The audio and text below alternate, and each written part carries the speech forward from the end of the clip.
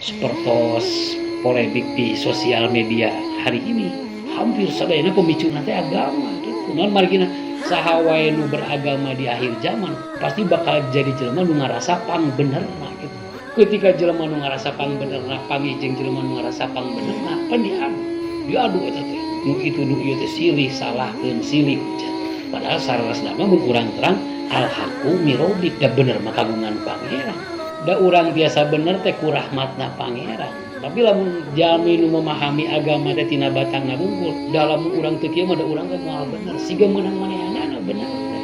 Padahal urang bener, lain ku urang. Da urang bener teh ku rahmatna pangeran. Mata teu aya rasa leuwih ti batur, teu aya rasa leuwih bener ti batur, teu aya kitu. Margi naon?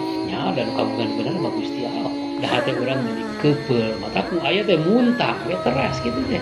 Nyuhunkeun tong dilesotkeun tina tali anjeunanana. Kitu naon margina?